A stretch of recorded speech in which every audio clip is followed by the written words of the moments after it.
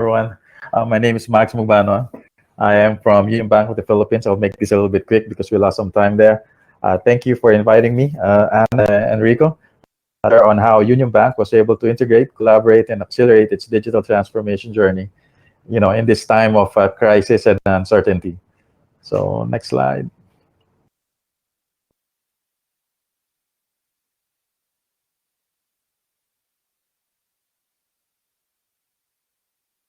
Okay, so first, I'd like to introduce to you our market. Since like I said, you're on the other side of the globe. We operate in the Philippines, whose pre-COVID average annual growth rate in the last 8 years, from 2012 to 2019, was around 6.6%. One of the fastest growing economies in Southeast Asia, China actually during that time. Fortunately, the pandemic happened, and in 2020, we ordered a negative growth rate of 9.5% last year. The Philippines has a population of 100 million, which is the 13th most populous country in the world. Our population growth rate is around 1.35%. And for context, advanced markets in Asia, such as South Korea, is about 50 million, and Malaysia is just a little bit over 33 million. So we have a lot of Filipinos here. But guess what? This jurisdiction has 67 million mobile subscriptions. So yes, I don't know, are you able to see the slide? Yes, Max. Yes. Okay, I'm sorry. Okay, there's a little bit of delay on my side. Anyway, so yes, our Philippine telcos overdid it a little bit. The ratio of mobile devices per person is about 1.5 to 1. But that is not uncommon, especially in advanced markets as the European Union. And also, the smartphone penetration is about 50%, or 79 million, or 82 million as our smartphone users in the Philippines. And 76 million actually access the internet on a daily basis, mostly on social media. In fact, the Philippines is the sixth, not the 16th, the sixth most active country in Facebook, with 71 million users. And November 2020, we had a problem. We had the typhoon, and people were actually calling for help, not using their mobile phones, using their smartphones. They were calling for help using social media in Facebook and Twitter. So all of this growth in communications, and our economy is doing well, except for last year. But only 59 million have access to formal financial services. So according to our local, or our Philippine Central Bank, 71% of adult Filipinos don't even have a bank account. And roughly 77%, or about 55 million, does not have insurance.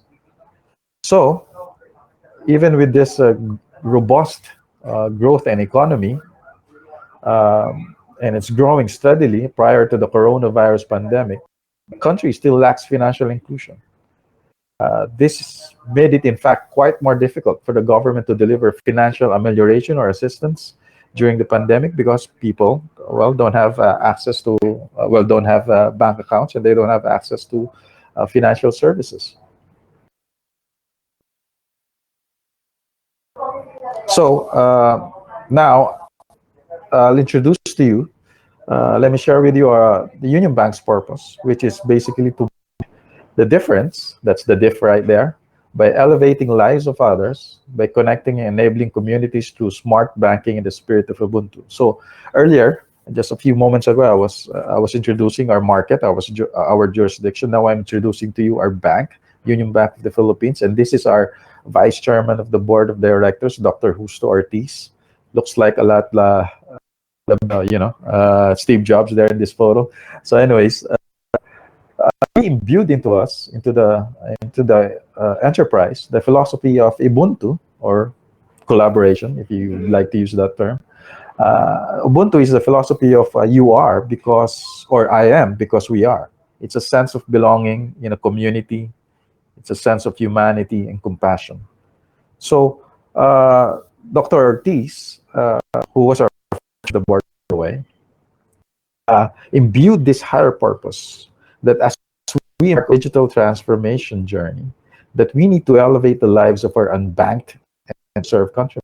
As you've seen, there are a lot of Filipinos that are still underserved and unserved. Another guidepost, this time from our chief executive officer, is that no customer, no employee, no partner, no supplier, no stakeholder should be left behind in this digital transformation journey that we are embarking on. This was such a compelling guidepost that it made the cover of the International Banker a couple of years back. And of course, that's my president and CEO right there. So now that you have a little bit, well, at least a fair idea of how our market is and of our bank, of Union Bank of the Philippines, let us dive into how stakeholder integration was embodied in Union Bank's digital transformation journey or era.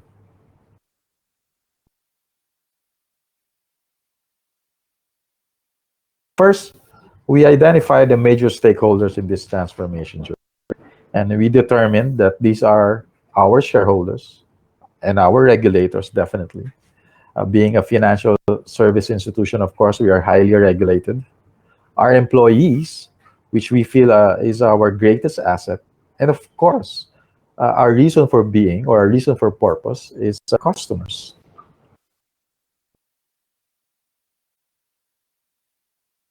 So let's start with shareholder management or shareholder.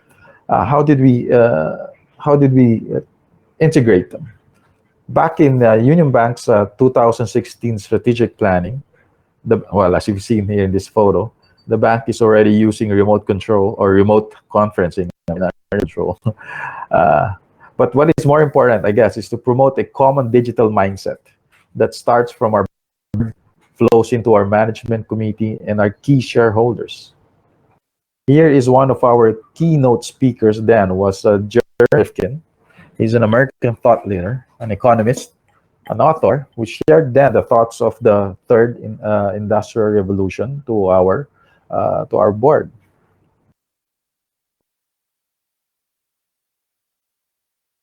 In that same strategic planning session, in this photo, you'll see that the board and management committee, we actually had Brett King share his thoughts on the future of financial service institutions, the introduction of Bank 3.0, and later would actually come back to and visit us again and share Bank 4.0.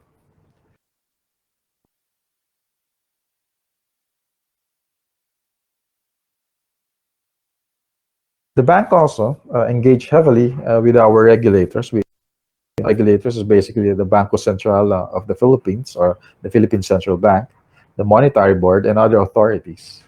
As we shared our transformation aspirations, our digital plans, basically seeking advice and approval where relevant, and even involving them in some of our planning sessions, as you would see in this work group photo of a selfie of our solutions head with a bunch of our regulations or authorities.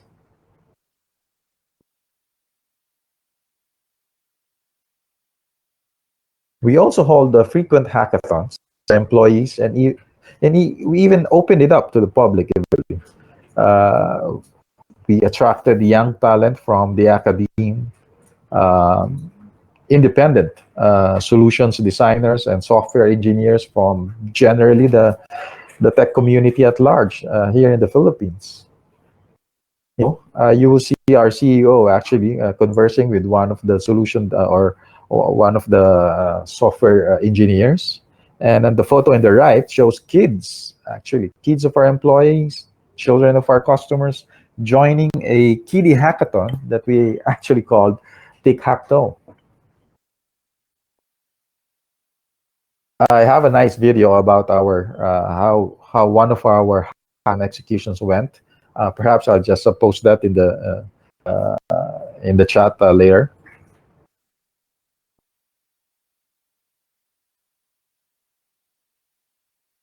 Okay, so we continue to have learning sessions with our employees to lift their digital knowledge. And we had multiple sessions on Agile, Internet of Things, and even virtual currency. More recently, we are now maturing to DevOps. So we have put out seminars, orientation, and other learning sessions, basically uh, to train our employees, all employees, not just those that are working in IT, but basically even those guys that are serving customers in our branches, uh, and those guys who are processing documents at the back room. Everyone had to go through sessions on, like I said, like Agile, IoT, virtual currency, and now DevOps. And part of that skills development is the widening of their skill set. So we aimed at developing our employee base, including, as you see in the photo, not really the youngest ones, but to develop a digital mindset in our culture or in our people. So we had to develop their skills in coding, blockchain, and even robotic process automation. And as you see, there's a blockchain workshop there conducted by one of our partners from Australia, in fact.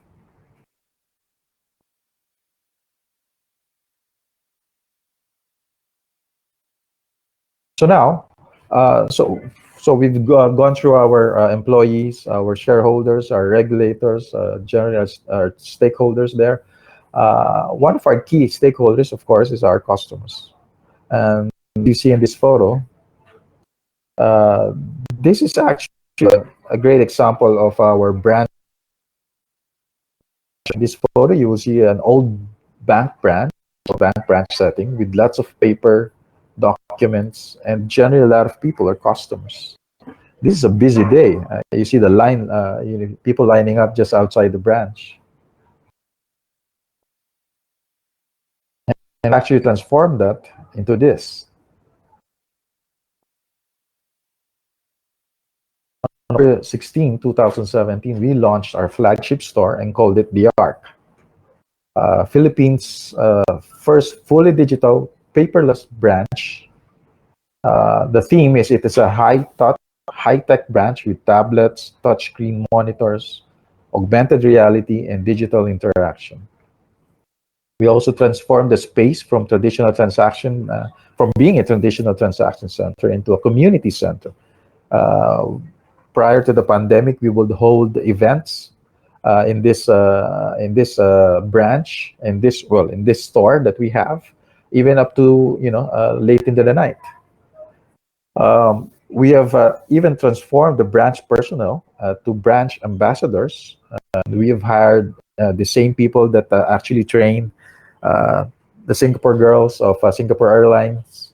You know, our guys, our branch ambassadors, will have the same ability to serve customers, at a higher level. And when the ARC, we name it the ARC, which stands as the platform for innovative development and transformation of experience. In its first 3 months, the ARC is already times higher in revenue generation than the top three of our other branches. And to date, we have built 73 branches across the country. And we were encouraged heavily uh, by several award-giving bodies. We were awarded the best customer experience in a branch. We were also awarded the most innovative digital branch project in 2018, the the Asset AAA Digital Awards. And we were awarded by the Financial Brand as one of the best bank branch designs in the world. So that encouragement actually helped us to build more from one, and it became 15, and now it's at 73. Or building more as we go along. Next is stakeholder collaboration in UnionBank's digital transformation area. This is our next use case study on stakeholder collaboration. After integrating into a digital mindset, actually, there's more work to be done. There's more work to be devoted to driving results through collaboration.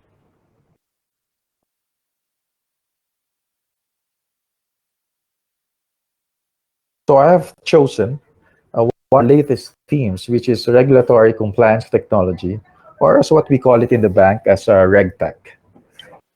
Allow me to spend a little bit more time in this slide. I know I was breezing through the early slides, the first piece, but allow me to spend some time here. So you see here we have four pieces of a puzzle, where each piece represent multiple groups within the bank. Starting with data quality, that purple piece there.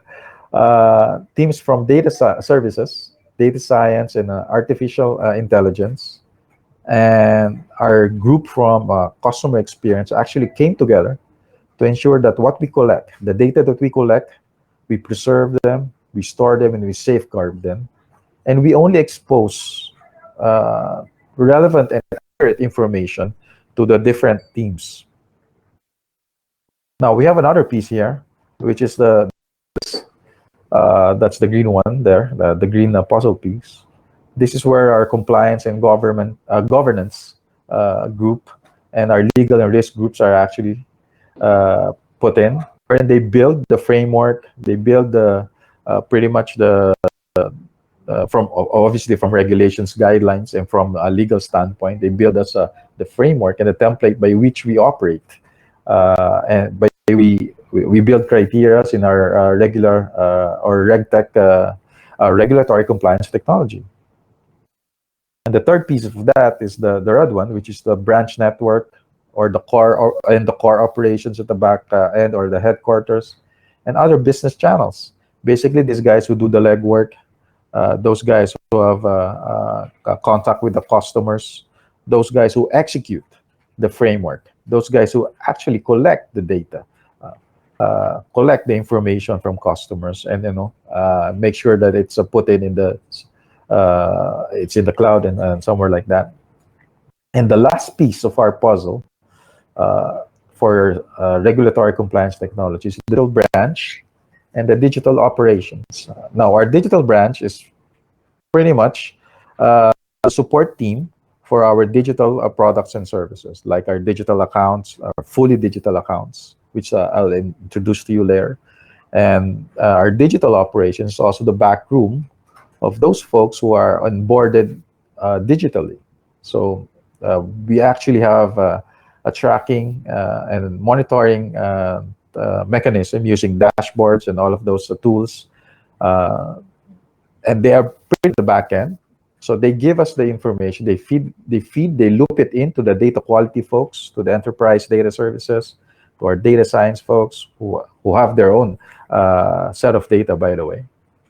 And again, feeds that to the template guys, which is our compliance and governance. And again, builds the rules and sends it to those guys who actually execute and do the legwork. So I'll move on to the next slide. So as you've seen, as they come they come together, they form those pieces of a puzzle, and it's actually the regulatory compliance technology. As you see in this photo, people are fist bumping actually, but those guys are coming from different units, different groups, and you see the collaboration of different stakeholders in that conference meeting. Basically, a ton of work, different units with different mandates coming in together to build a robust regulatory compliance technology, which is being tested right now because we're being audited by our central bank as we speak. Maybe I'll give you some inputs there, or I'll give you some feedback on what happens there, right? Okay, so this is what the dashboard I was telling you about. This is the monitoring and tracking portion where we have guys. We actually built what we call a watchtower. It's an integrated operation center of our network, security, and business operations. Where it's if you visit our building, it's at our top floor with a great view of the city of Metro Manila, especially on the east side. Anyways, and all of these dashboards are there, and they're it's like a classroom. They have a bunch of monitors in front of them, and people are actually analyzing and processing information and distributing that information to relevant units so that relevant management intervention can be taken. or made, I should say.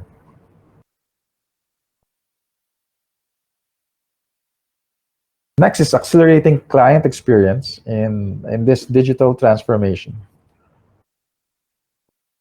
All of these, of course, we're doing with the purpose of improving and enhancing customer experience, not only because we want to acquire more customers, but we want these customers to stick around. It's both acquisition and enriching their experience so that they'll stick around more. We've seen that customers who have, of course, that stayed longer are basically those guys that will give you more revenues. So it's also an economic decision. So for customer engagement or customer experience, let me share with you our digital customer journey. In the first trimester of 2017, as you can see there, only 5% of our customers were transacting digitally. Very small. 4 years ago, very small. That year, we introduced our chatbot, or Talk to Rafa, and we almost doubled the digital interactions right away from 5% to 9%. In August of that year, too, we launched our Smart IVRS and increased our daily customer interactions to 20%. Then we launched our Killer mobile app, and we just leapfrogged to 70%, with 70% of customers engaging us digitally. The next 2 years, as you see, we've actually jumped to 90% digital interactions. Most of the interactions now are through our mobile app, through our chatbot, through our online, and even some of them are still on Smart IVRS. Let me share first what went on with our chatbot. This is actually the first banking chatbot in the Philippines. We call it Talk to Rafa, or Rafa. And this is just not a menu-based chatbot.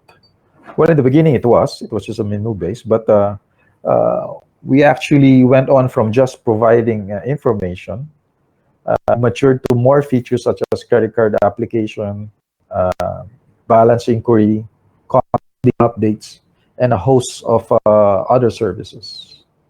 Earlier this year, as you can see on the middle and the photo right, we've actually launched our cardless withdrawal. Yes, our ATM cardless withdrawal through our chatbot. So not through biometrics, not through QR codes, but through our chatbot first.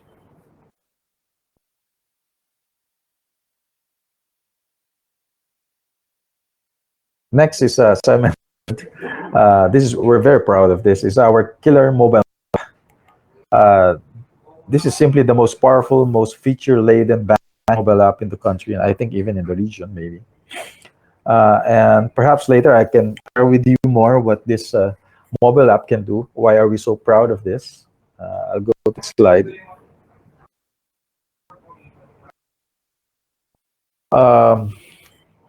Earlier last year, when the Philippines went into a quarantine or a lockdown in the middle of March, we launched a few months after that. Actually, we just launched a digital account opening through our mobile app, where customers basically can open an account without going to branch, just taking a photo of their ID, keying in a few information, and right away an account is created, an account number is created, and it's open for them, and they can transfer funds, pay bills, deposit their checks, which I will discuss later.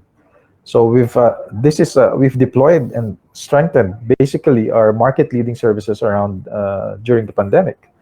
Our digital account opening skyrocketed to close to 800,000. It's opened via, again, like I said, through the mobile app, something that the branches would have taken perhaps a little over 2 years to accomplish. And we have about 200 branches in the Philippines. So our mobile app simply, was just a game changer for us. Another feature of our mobile app is our mobile check deposit. Now, we were not the first in the Philippines, but we were the first few. We introduced our retail mobile check deposit to the public in February 2020. year, uh, and its usage is exponentially growing month on month. So much so that we have launched a corporate mobile check facility in our business app, in our business mobile app. Also, during the pandemic, uh, we waived the fees for our InstaPay or our electronic fund transfer from the mobile app. We have two rails here in the Philippines. We call it InstaPay, which is the real time fund transfer, but it has a limit of only $1,000 per transaction. So that's 50,000 pesos, maybe around 600, 700 euros. I'm not sure. And we've also waived our PesoNet, which is not, it's a near real time, same day batch transfer. This time you can transfer up to 500,000, which is 10,000 US dollars. But you can only transfer once a day. So it just blew up. It just exploded, especially during the pandemic, where costs didn't have mobility to go to the branches, go to the ATM, and withdraw money. So they would rather transact online and transfer online, and that's how our InstaPay, our transfer funding facility of the mobile app, just exploded. And like I said, it's free and fast. Okay, a few more. We've also launched a few more convenience services to our customers. We've deployed and strengthened also our physical services, our ATM card delivery. Now, to understand, during the hard lockdown in the Philippines, no one allowed to go out.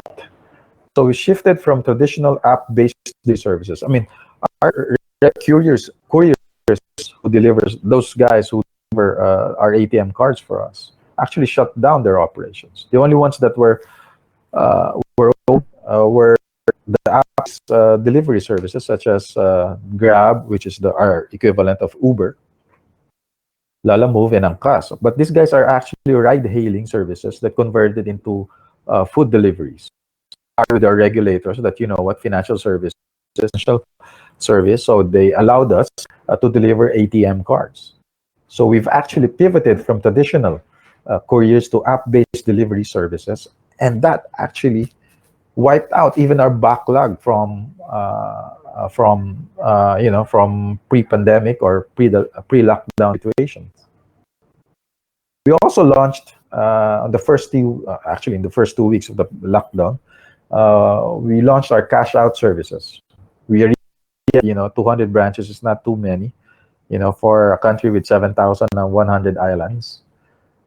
So we decided that to partner with remittance centers, remittance companies that are pretty much all over the Philippines.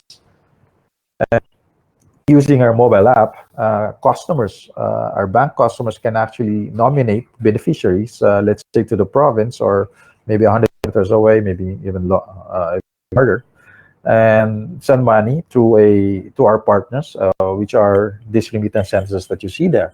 These are Cebuana, LBC, and a host of others. Soon after, we realized that it's not only cash out that customers need to do during this pandemic, but they also need to deposit funds, right? So we've built in our cash in services, and we've partnered with 7-Eleven. Well, I'm sure you're familiar with 7-Eleven as a store chain, and they're also all over the Philippines. So we made it more convenient for customers. They don't have to go as far as go to the branch. Sometimes the branch is not within their community, and they're not allowed to go outside their territorials. So they can just go to any 7-Eleven and deposit their cash there. Okay, so we didn't stop there. Part of our response during COVID-19, and it's still there, is what we call AOW, or the Bank on Wheels. The Banking on Wheels we activated right at the start of ECQ, or our community lockdown, because we had an early realization that people cannot go out, And so we went out and reached out to them instead. In this van, or in this, it looks like a food truck really, but we've re-engineered, we've transformed it into more of an ATM. We have two ATMs on board that van. It's air conditioned. There's a small lounge, as you can see in the photo there. We have two ATMs, and we were supported with wireless 5G technology, which just actually came out just last year. So we were right at the cutting edge when it went out.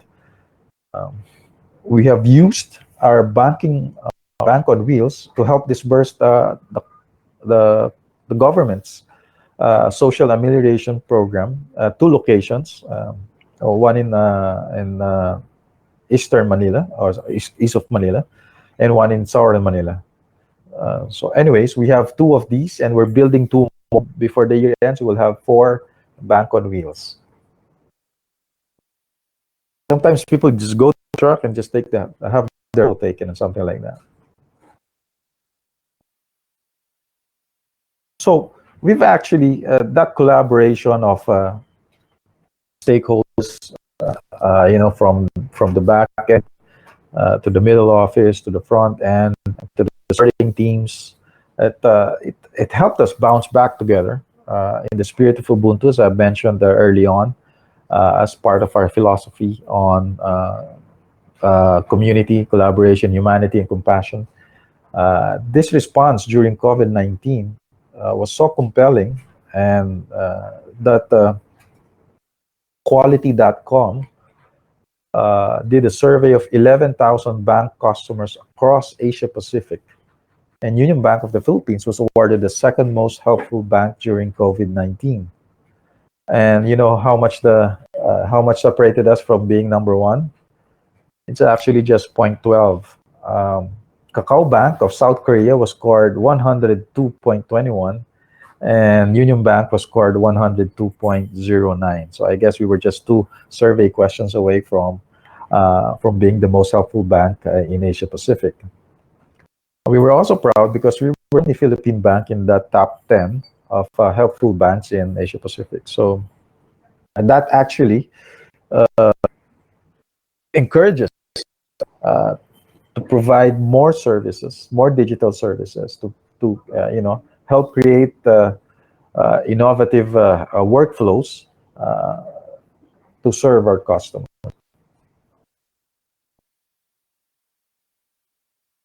Okay, so that's it for me. That's all the time I have. I'm sorry, at the beginning we there's a little bit of delay.